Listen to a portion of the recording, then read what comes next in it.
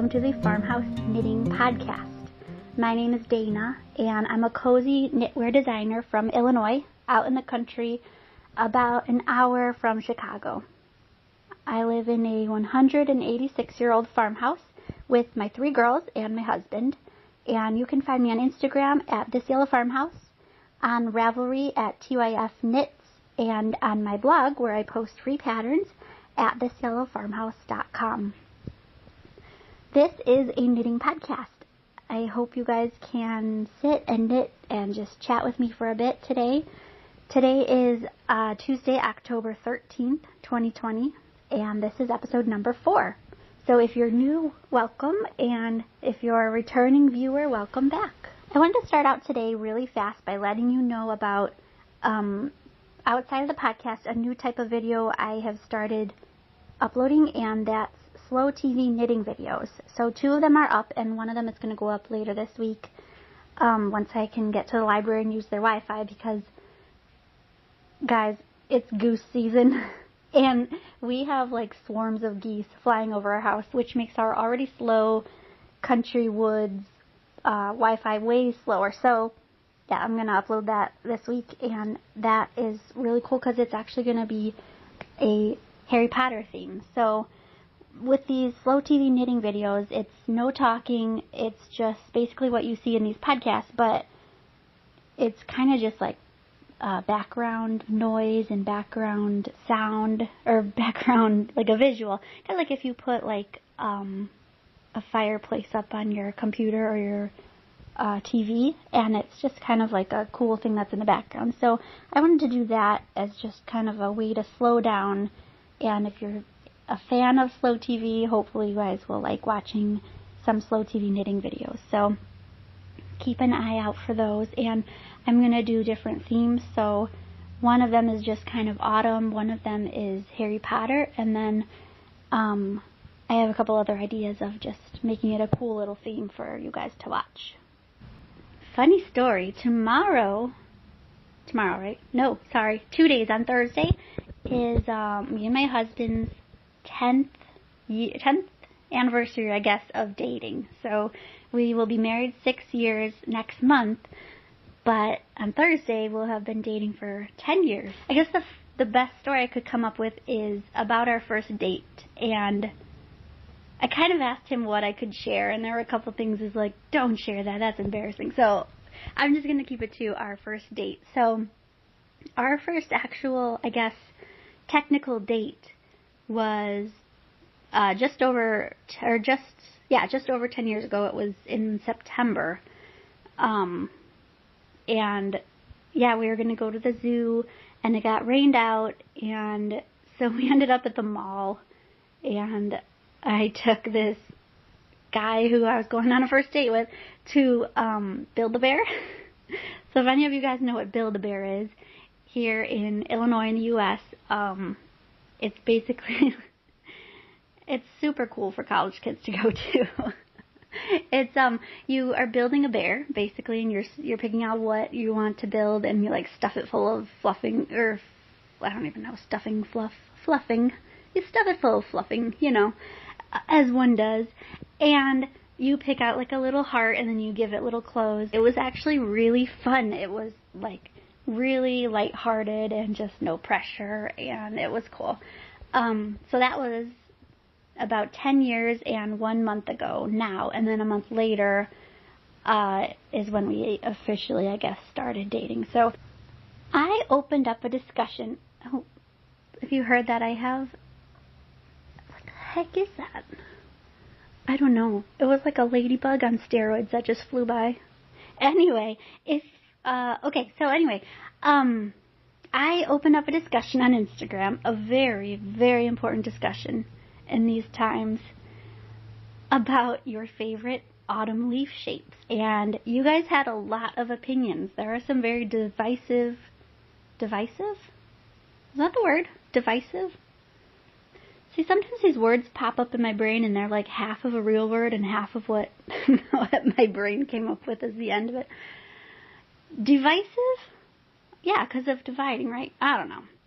You guys had some very strong opinions about the trees in your yards, and Yeah, I asked the question because I'm a weirdo like that, and I discovered that you're all super weird leaf nerds like me. So secretly, we're judging the leaves that we rake. And so the top answers I got were the oak, aspen, and a red sugar maple.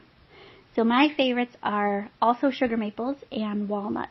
I don't know, that's a weird thing to talk about, but I was raking leaves and I was like, well, first I'm trying to learn all the leaf shapes because we have like a bajillion leaves or trees in our yard. So I'm trying to learn what trees all of these are. So I'm raking the leaves, and also my girls want to know about them, so I'm trying to also learn it for them. Guys, I live in Illinois, and we have no mountains, no bears, and so I get awfully excited about leaves here. I mean, you gotta pick the things that really get you going, and sometimes that's autumn leaves. We're also really serious about our cornstalk heights here in Illinois. I think the saying is knee-high by 4th of July if you're growing corn. And then, yeah, Illinois, we're all about our leaves and our corn. Speaking of other really serious things, if you don't know, and if you are also a fan of Bachelor Nation, The Bachelorette starts tonight. I'm pretty much a Bachelor Nation superfan. Anyway, it premieres tonight. If you watch, this is your reminder, because if you watched the last episode, I was a month off and I sat down on September 13th all prepared to watch The Bachelorette, and I was a month off. So just trying to do you a solid and let you know that that's on tonight if that's what you're watching. And then if you guys are watching, take a picture, screenshot, and show me yourself knitting and yourself watching it. Or if you don't watch Bachelor, no hard feelings whatsoever. I know it's a super crazy show. It's like the most dramatic thing in my life. I'm really a very simple, low-key person, but I do get into The Bachelor. But if you don't, you can also take a picture of whatever you're watching or reading or whatever while you're knitting tonight. So I've got some yarn, some whips, 0 finished projects to show you. I would have a finished project, you guys, but I am this far on the Kara sweater sleeve from We Are Knitters. I cannot find my last skein of this wave wool, you guys. I don't know what happened to it, and I'm so like annoyed at myself because I emptied out my yarn hutch because I was giving it a makeover, and my tension isn't that off that I should be off by an entire skein.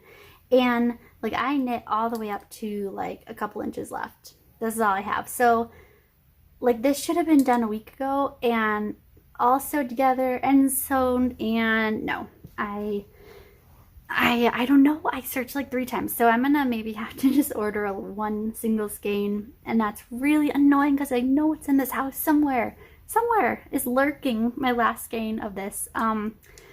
So yeah, no finished objects to show you guys today, but an almost finished, I guess, if I can get that sleeve done. So this sock that I've been working on is a little Hocus Pocus sock from This Handmade Life. It's a free pattern I found on Ravelry, and I'm knitting it. If you can see it, it has a little side cable panel down the side, and the heel and toe are a different color. They don't have to be. Actually, the pattern doesn't really tell you when to change colors if you're planning to. I've never changed patterns changed colors in a sock before because I'm usually just a cable knitter and I don't do a lot of color work in my socks. So I'm doing a lot of guessing in this pattern because it's a free pattern. It doesn't say what to do. So that sock has been definitely a learning challenge for me because I'm just trying to figure out what I'm doing color wise. I don't know. I'm guessing when I changed, but we'll see. I'm knitting it in the Knit Picks, here we go. The Knit Picks Stroll Tweed Fingering Weight in Earl Grey Heather. And let me find my other one here. No, where are you hiding?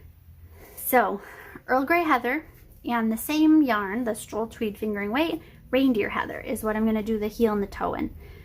So that is object number 1. I'm really excited. The picture is really cute. Like I said, there could be a little more in the pattern to be a little more helpful. It only has one size. It's a women's medium. So I'm hoping that this will fit me. I do wear my socks a lot of times just kind of tucked over my jeans or my leggings. So I don't usually have my socks super tight, but this might be too wide and I'm not sure. I'm just gonna go with the pattern, and if it works, I'll hopefully show you guys it for the next podcast in my finished objects. But yeah, like I said, this one's been a little bit of a headache because there's I think I'll write some of my own directions and notes into the pattern if I plan to make this a second time. So that is whip number 1. Something else to show you, well, it's really not impressive, and all I'm doing is using this Lion Brand Pound of Love, but I'm working on the Andrea Mowry Winter Honey Shawl, and I've never worn a shawl before. I've never made a shawl before. So this is all new to me. There's like just a handful of rows done on that one. A lot of my energy has been going to these socks because even though I'm not doing them in Halloween colors, it's a Halloween pattern and I just want to get it done before Halloween is here. So that's what I've been working on. It's been frustrating. And so I only have pretty much those 2 that I'm working on. But I did a thing, you guys. I did a thing for the first time, I think a couple weeks ago, and then I edited the video and put it up last week on Instagram. And I dyed my first skein of yarn, and I love it. So I used the Knit Pick Stroll Sport Weight in Bear, and I used black walnuts from our backyard.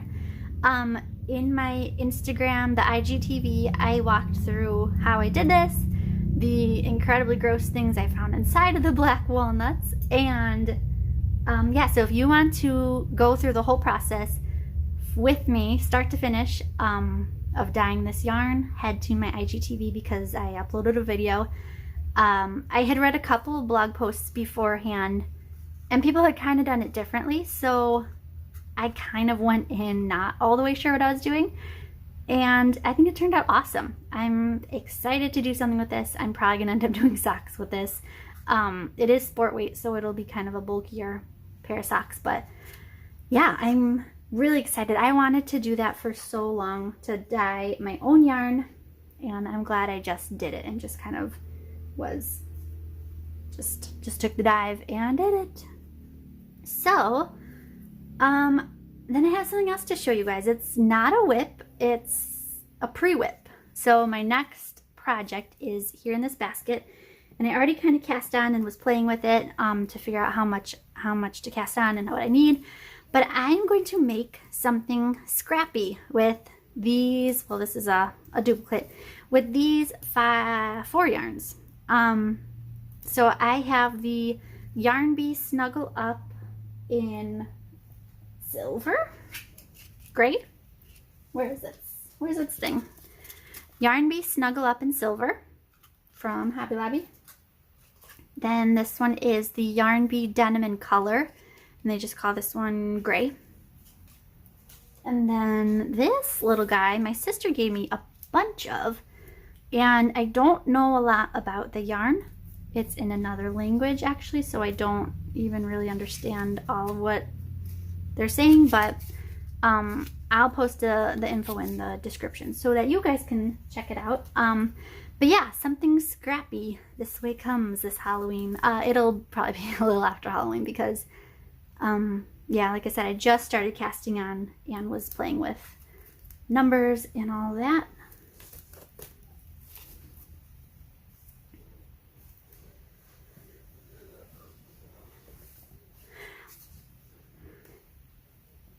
All right, so why on earth do you need candles in your knitting photos? And also, why do you need good knitting photos in the first place? If you're an online knitting business owner, then you understand about why good photos matter when you're sharing them online and someone can't see it in person. But even if you're not an online business owner, if you're taking your pictures of your knitting projects and sharing them in Facebook or Ravelry groups, or even texting them to friends, it's so important to get the pictures looking as close to the real thing as you can. And also, it's fun to just kind of spruce them up with extra cozy things that just kind of highlight the really cool, awesome, amazing thing you've just been working so hard on knitting. And I remember a couple years ago taking a picture of something that I would make, sending it to my mom and my sister at like 9 o'clock at night in really bad lighting. They couldn't really tell what color it was supposed to be. It was all kind of crumpled on the carpet floor, and yeah, it didn't do my knitting any justice, because a picture's worth 1,000 words, and if the picture is not super clear what you're trying to show somebody, then that just ruins the whole experience of sharing your project. I like to use candles in my knitting pictures because it's cozy. It adds some texture. It adds some extra little bit of rich coloring. And it makes it more comfy. I like to make pictures that I share online, like, make it look like someone could just plop right where I am here and be in this picture. And yeah, I just that's my goal, is to have, like, to transport someone to where I am in this photo. So it adds a little bit of life. It has a moving flame, so the movement kind of draws you in and makes it feel a little bit more real, instead of just like a still life picture that you have here or something. So what makes a good autumn candle, a good fall candle, to me, is something that smells like I have been baking all day long, even though I have not. And anything that tastes, please don't taste your candles, guys. Anything that smells like a dessert, or, okay guys, I think someone who makes candles needs to invent a candle that's like pot roast, or maybe like chili or stew, or something that smells like it's been in the slow cooker all day long. And then someone who comes to your house, even if it's like the mailman, is going to be amazed at how good your house smells and think, wow, they must have been so busy working on this really, really good food. And truth be told, it's just your candle that just smells like tacos, and it's all good because you didn't really actually do anything. You didn't actually have to make something. Anyway, but okay, so my favorite fall candles smell like I have been baking. So for example, a lot of recipes have vanilla extract. So to me, vanilla is like the best candle scent that you could ever have, because it goes with everything, first of all. So if it's paired with something, it's pretty much gonna be good. So my favorite autumn candles that I've been using in all my pictures lately, that smell the best, and also they're different sizes, they're different colors, so they kind of work for different kinds of pictures or paired together. But my favorites are this one that won't even light anymore because I have lit it to death. It's the Better Homes and Gardens French Country Vanilla. So it was in our kitchen, and it's a good, just classic vanilla. And yeah, this one I keep in our kitchen. It makes it smell like I've been baking cookies all day, even if I'm still in my pajamas. My next one is Amber and Vanilla by Candles. And this one is like a calming fall scent. It's very good. And I'm going to link these all down in the description for you guys so you can probably not reach my hand over the top. Okay, next ones I'm just going to point, and I hope you guys can see them. I'm going to link them all into the description, and then after I name these 3, I'm going to tell you the 4 worst smelling candles I've smelled in 2020. Okay, so the first one is this giant one, which is a Yankee Candle banana walnut bread candle, which, guys, I don't know if I like banana walnut bread. I've never had it, but it smells like I would love it. It's so good. Yeah, it's amazing. Candles, Candle Getaway is the one back here. And then this little mini that also will not light because I've used it to death. Look at how sad that candle is. Is also a Yankee Candle cinnamon churro. And it's so good. It also, the picture, you guys, has churros with sprinkles and frosting on them. I mean, that's just too amazing. Okay, so those smell delicious for fall especially. Now, the 4 that I discovered that I wish I hadn't even like sniff tested in the store and pulled my mask down in the candle section and probably caused a little bit of an outrage because there's a mask down in aisle 4.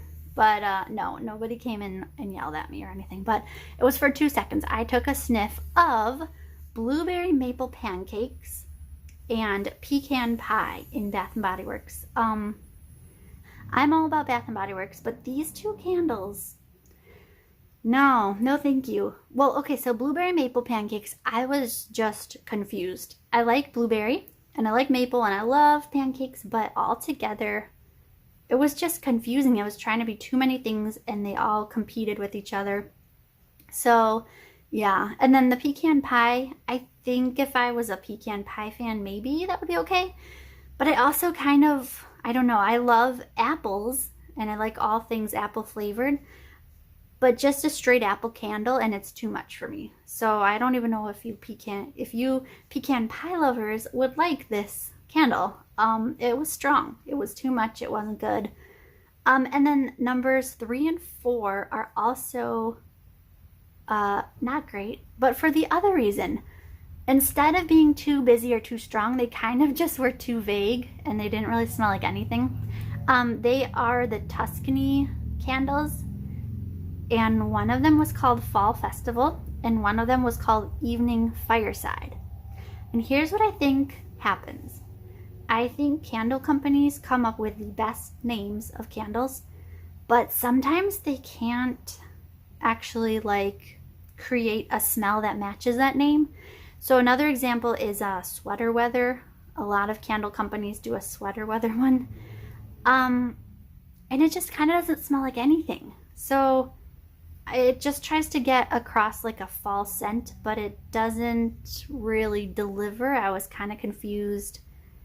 And I actually didn't love any from the Tuscany candle line. So if any of you guys have any Tuscany candles that you guys liked, let me know in the comments, because I went down that entire row in the store and it wasn't good. Yeah, so obviously in a knitting picture, the scent doesn't matter as much, but don't go buy a candle just because it has a cool shape or a cool color and you're gonna use it on like online in your pictures. Get something that you're gonna use and that you're gonna love too. So yeah, those 5 are my absolute favorites. Well, guys, it's probably time for me to pack up my knitting for the day and go be a mommy to my girls. And I hope you guys enjoyed our chat and were able to relax and get a little bit of knitting done. Hopefully you discovered some new candles that you'd like to try or maybe to stay away from. And if you're tuning into The Bachelorette tonight, take a picture and tag me. Show me if you're knitting while you're watching, maybe like in your IG stories, and I'd love to knit and watch with you guys too. So I will be posting, and I can't wait to see what you guys are working on while we watch Claire's season of The Bachelorette tonight. So until next time, you guys, stay cozy.